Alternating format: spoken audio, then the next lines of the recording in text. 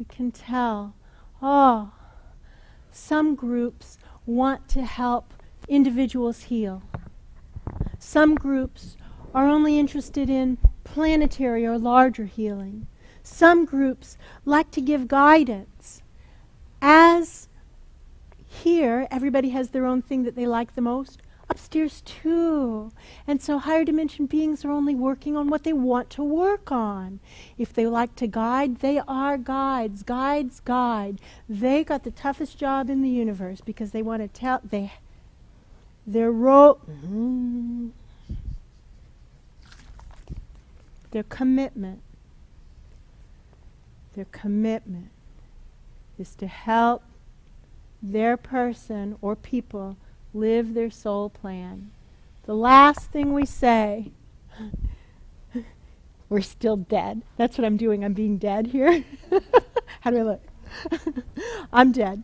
The last thing we do when we're dead, getting ready to go into a body, little baby body, we say to our guides, help me do it this time. Help me do it. I'm going in. Okay? So who's ever sat at the bottom of the pool and noticed it's hard to see, hard to hear, and hard to move? Right? That's how it is for us. And our guides are here. They're like the air hose. And they're sending us help to do what we said we wanted to do. We're the authors of our soul plan. Our guides have promised us at the soul level to help us. And so we're afraid because it's harder than we thought it was going to be.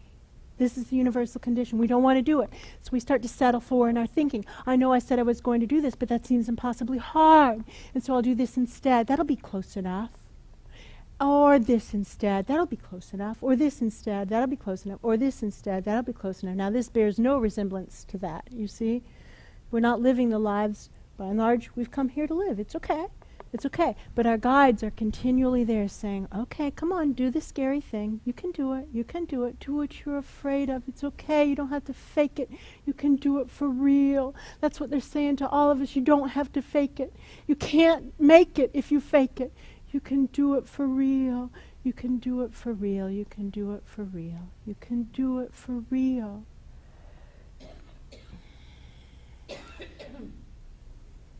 Light beings, so guides work with individuals at a real personal connected level with a personal commitment, a soul commitment, a soul promise to help us, right? Light beings also work with individuals, but it's a different relationship. They're here to help heal individuals. They like to help people. They want to heal.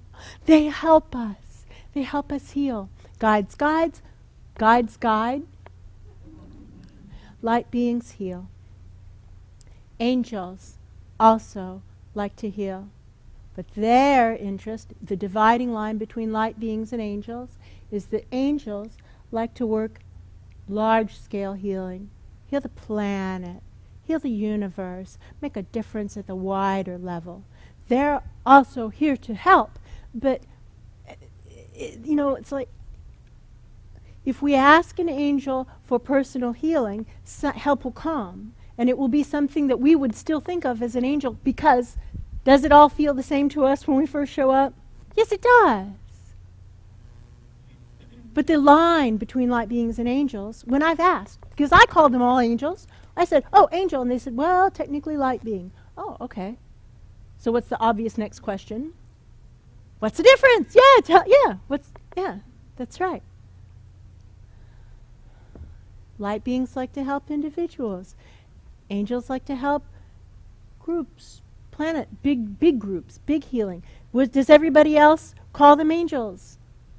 Yeah, everybody else calls all of them angels. It's okay. It's okay. Guides get lumped in there too. Angels. They all feel the same. Angelically guided energy healing. Starts to make more sense, right? It's because of the confusion that exists about out-of-body beings. Does that make sense? So here's something that can happen. We're afraid. to trust our guides because they say crazy, scary things, right? We want to keep control of our lives, right? We want to be the deciders, right? And so in our sessions, we start asking for helpers. Sometimes people will even refer to their guides as helpers. Has anybody heard that? People talking about their helpers. So now think about it. If people are asking for helpers, they'll get helpers, but are they going to get guides or are they going to get astral beings? Astral beings, we get what we ask for. We're asking for helpers, we'll get somebody who's willing to do that. Does that make sense? And it doesn't make those astral beings bad. Those astral beings are good. Shamanism is based on this. 40,000 years of this, you see? They're queued up, ready to come in to help us. They're queued up, ready to come in to help us. But we need to go beyond that. That's right. What we're teaching is to go beyond that. If you want to stay and do that, that's fine. That's not what we are teaching. We're teaching to go beyond that. I have it's fine to stay with shamanism and work with astral beings and work with helpers. That's fine. That isn't what we're teaching. Does that make sense? So, respect is appropriate, you understand? These are higher dimension beings. They have a bigger picture. They know more than we do. They're always right. I'm always wrong. When I argue with them, what's my failure rate?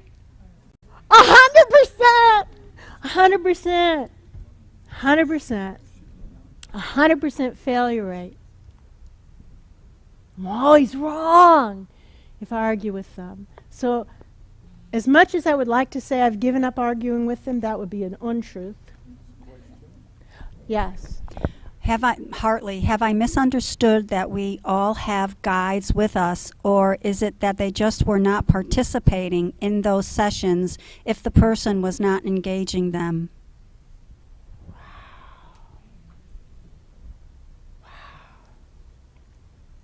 We all have guides.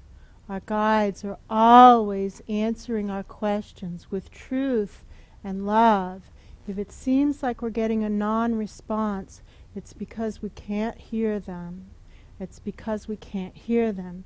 It's actually, oh wow! So Hartley, literally, here I am on page 13. I'm down to halfway down page 13, and it says in big bold print, what's going on when we don't hear the guides? Thank you for the segue. So they're always here for us because they love us deeply and truly, and they answer every single question we ask in sessions and in life with truth and love. If we can't hear them, first, remember, reassess the alignment, flush the field, clear the static, pulse the vortex, walk around, reset the energy, move back to the last clear message, reformulate the intention, all those things we talked about. And then consider, maybe we don't like what they're saying. And we're arguing with them. You see, that's what we're doing, is arguing with them. We don't like what we're saying. We're not aware that we're arguing with them. How we're phrasing it is, I can't hear them. They're not answering. They're not even here, right? They are here. They are answering, and they're telling us the total truth with love, and they are right, and we are wrong. We're wrong. And we're arguing. Here's what it is like. They're trying to get us to move from where we are to joy in the shortest possible route. And we're going, what? No!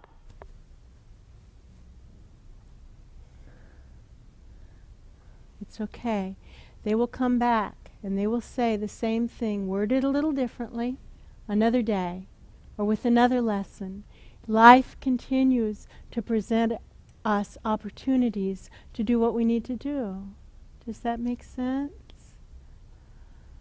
So they're always there, sweetheart.